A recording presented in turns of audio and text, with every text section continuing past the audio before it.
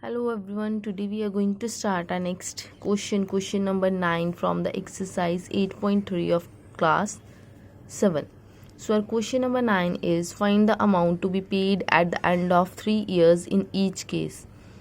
कितना amount find करनी है total after 3 years. Principal amount कितनी है 1200 और रेट ऑफ इंटरेस्ट 12%. राइट, मतलब किसी से हमने इतनी अमाउंट ली है, इतने % इंटरेस्ट पे ली है और 3 years के बाद उसको क्या करनी है, रिटर्न करनी है. अब ये बताना है कि टोटल ये तो करनी ही करनी है प्लस और कितनी मनी हमें देनी है, तो टोटल अमाउंट बतानी है. Right, principal amount is ₹1200. Rate of interest is 12% and time is equals to 3 years. First of all, we have to find out the simple interest. So formula of simple interest is P into R into T upon 100. P is equals to 1200. R, that is 12. T is equals to 3 upon 100. 0, 0. So remaining terms 12 into 12 into 3. So 12 12s are 144. Multiply by 3. So do multiplication. 3 4s are 12.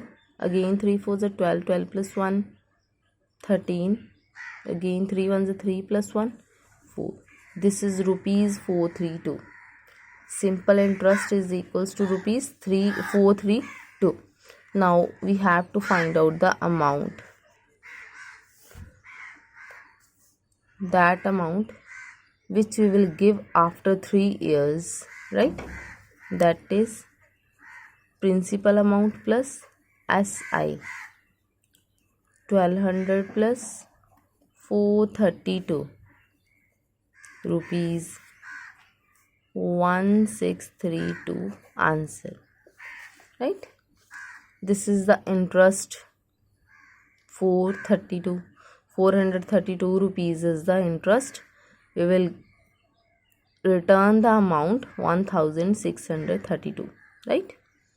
So this is our answer.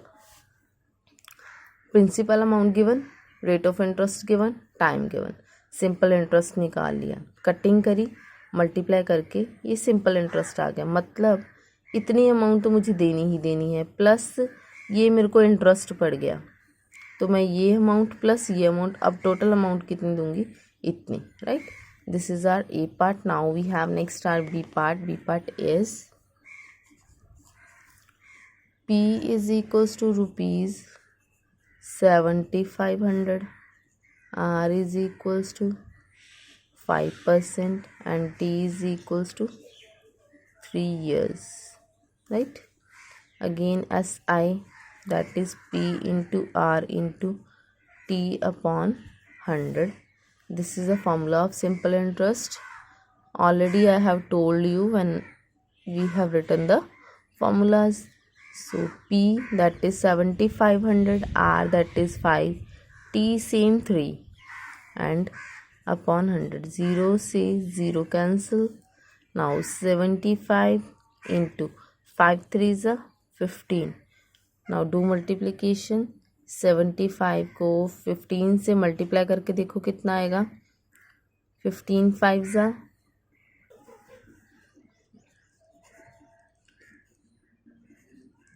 right. This is the interest. Now amount, that is P plus SI. P is 7500, SI simple interest. This, now do addition. This is the amount that we will give after 3 years. फिर से principal amount, rate of interest, time. Formula लगाया. Simple interest amount कैसे निकालते हैं, जो हमारी principal amount है उसमें सिंपल इंटरेस्ट को ऐड करके, तो 3 साल के बाद हमें इतनी अमाउंट उसको रिटर्न करनी पड़ेगी. राइट, ये था हमारा question number 9. Next question number 10 is what rate gives ₹280 as a interest on a sum of this in 2 years। अब देखो यहाँ पे कहता व्हाट रेट। अब ऊपर वाले क्वेश्चन में देखो principal amount, rate of interest और टाइम तीनों दे रखे थे, हमें क्या निकालना था, सिंपल इंटरेस्ट। यहाँ पे उसने सिंपल इंटरेस्ट दे रखा है, जो प्रिंसिपल अमाउंट है वो भी गिवन है और टाइम भी दे रखा है। हमें क्या फाइंड करना है, rate of interest, right. Question number 10 में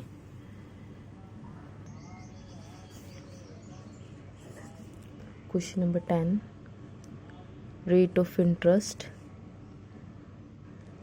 late rate of interest X लिख लो, राइट, x%। फिर हमें उसने दे रखा है principal amount that is ₹56,000, time दे रखा है 2 years। फिर सिंपल इंटरेस्ट है हमारे पास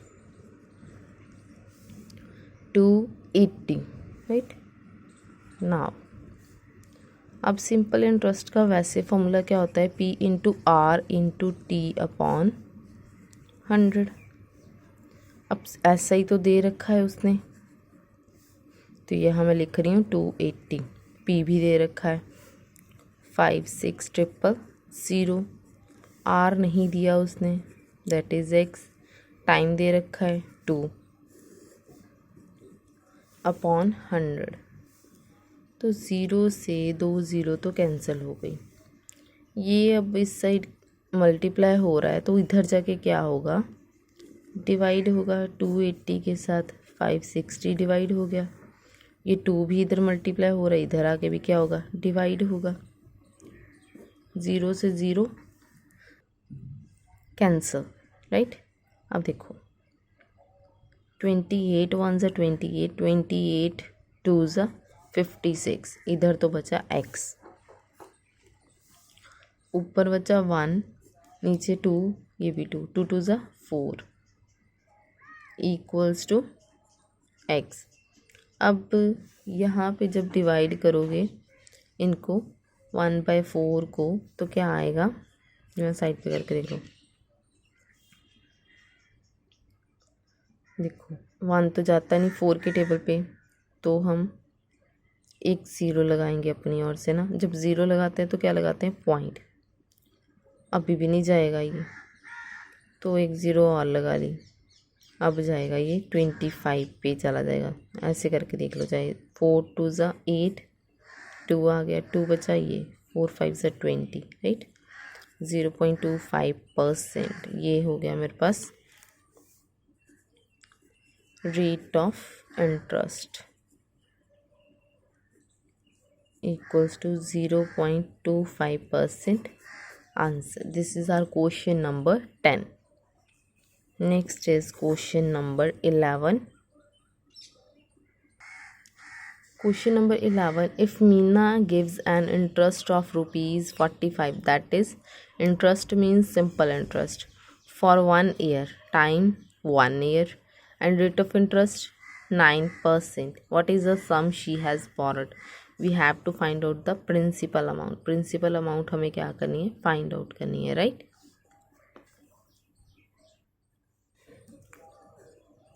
Let P equals to ₹X, ये लेट कर लिया हमने। R कितना दे रखा है उसने, 9%। टाइम कितना दे रखा है, 1 year। और सिंपल इंटरेस्ट कितना है, ₹45। अब सिंपल इंटरेस्ट का फॉर्मूला लगाना है, that is P/R/T, this is comma upon 100। So SI given that is 45। SI की जगह SI लिख दिया, P की जगह हमने X लेट किया, R उसने दे रखा है, टाइम उसने दे रखा है, अपॉन 100। 100 इधर क्या हो रहा है, डिवाइड, उधर जाके क्या होगा, मल्टीप्लाई। 9 इधर क्या हो रहा है, मल्टीप्लाई, इधर आके क्या होगा, डिवाइड। तो 9 1 ज़ा 9, 9 5 ज़ा 45, 5 × 500 x, तो ये हो गया ₹500, मतलब x कितना आ गया 500। तो ये हमारी क्या है principal amount. Principal amount equals to ₹500 answer, right? This is our question number 11. Last question of exercise 8.3. With this we have finished our chapter finish हो गया है। किसी को कोई प्रॉब्लम है तो कमेंट बॉक्स में कमेंट करके बता सकते हो, any problem in any question, right, in the chapter. So in next lecture we will start our next chapter. Thank you.